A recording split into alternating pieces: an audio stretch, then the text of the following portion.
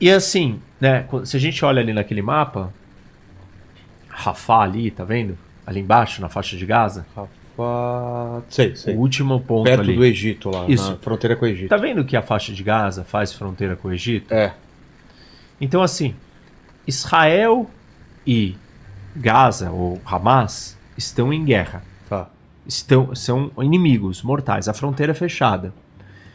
Não é fechada totalmente, porque mantimentos, alimentos, um monte de coisa chega em Gaza via Israel. Ah, é? É.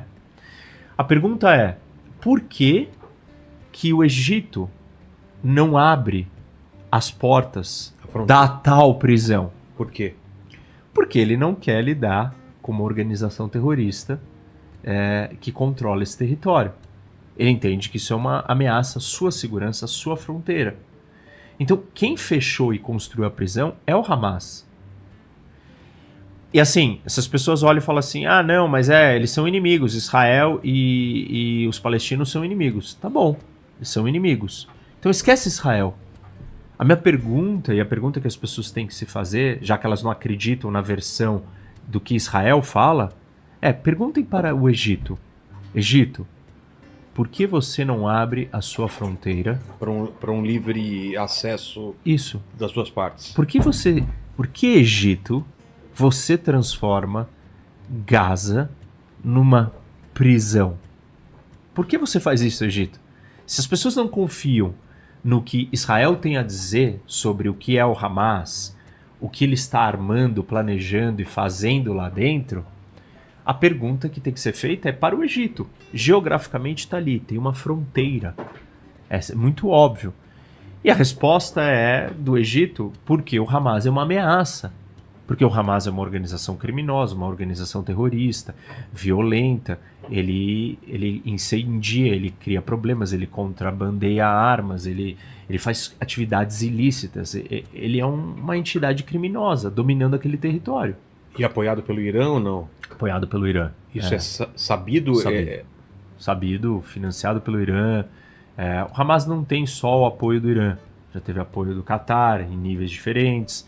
Já teve apoio da Turquia, ainda tem apoio da Turquia também, mas pelo Irã, principalmente hoje.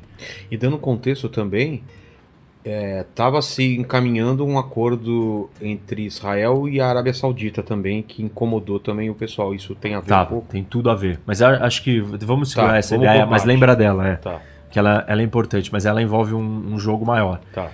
Mas é assim, então voltando para essa noção, né, da ideia de que o Hamas está isolado e que os palestinos em Gaza sofrem por causa de Israel.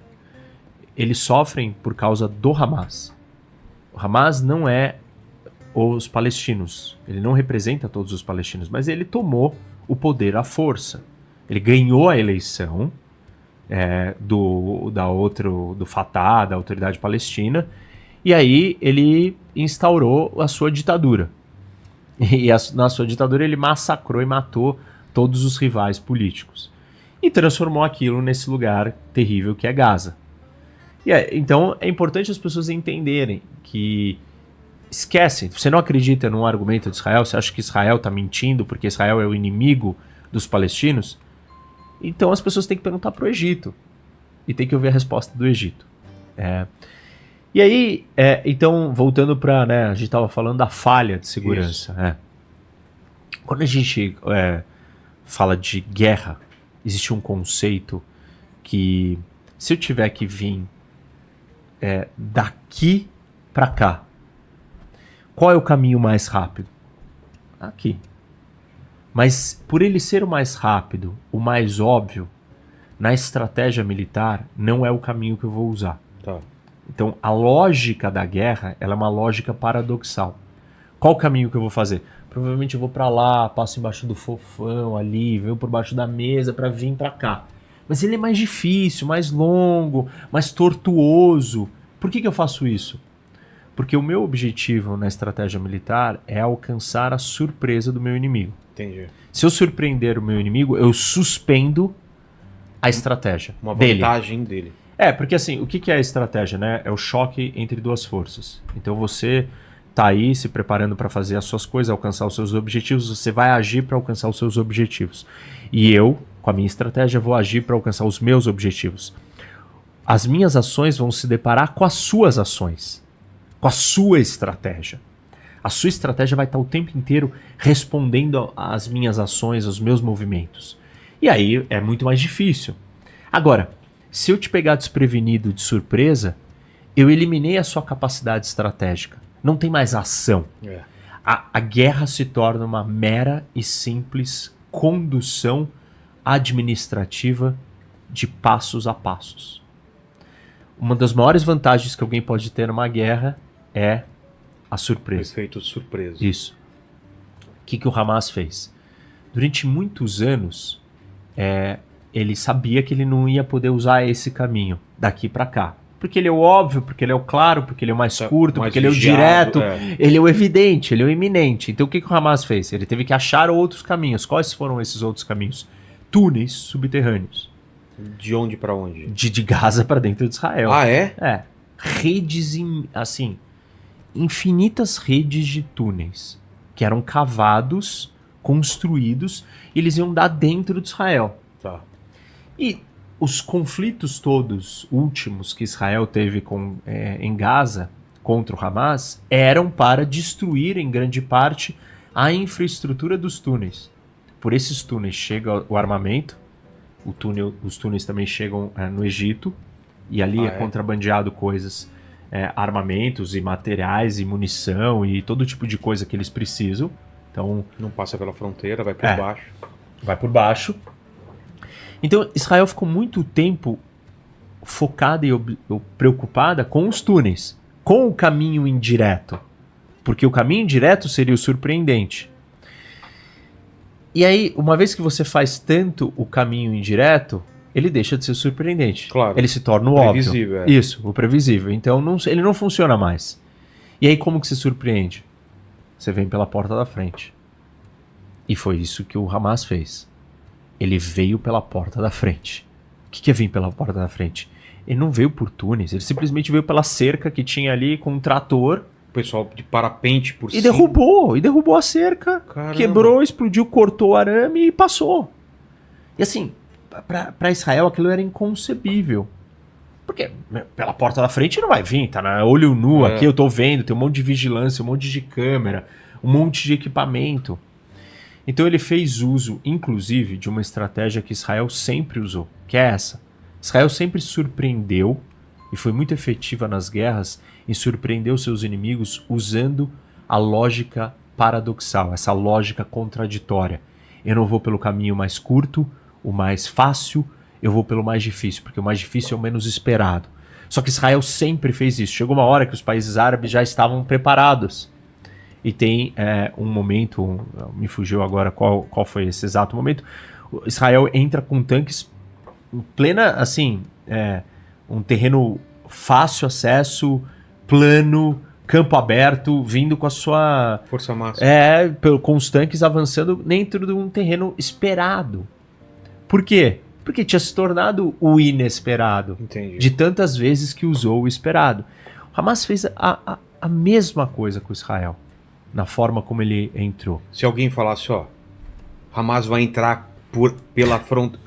Não, impossível. Não, claro que não. Eles devem tá tem bolando, cerca, tem câmera, tem imagem, tem monitoramento, tem vigilância, tem um monte de muro. Não vai ser por ali. E foi por ali. Então...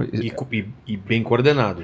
Muito bem coordenado. E assim, os equipamentos eletrônicos falharam. Essa é uma outra discussão.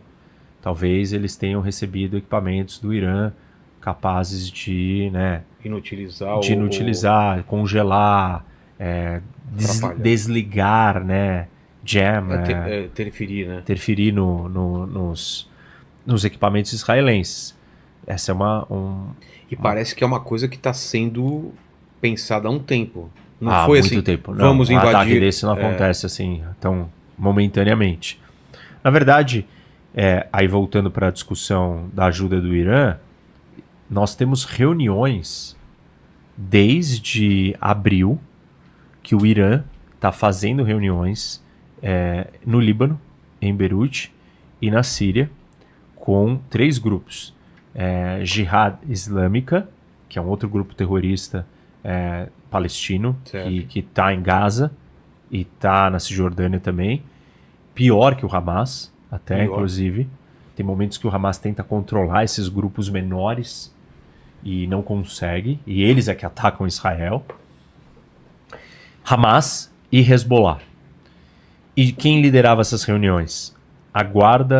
O braço da Guarda Revolucionária Iraniana, que é o braço do regime teocrático iraniano, que é a guarda do regime, não é o exército do Irã.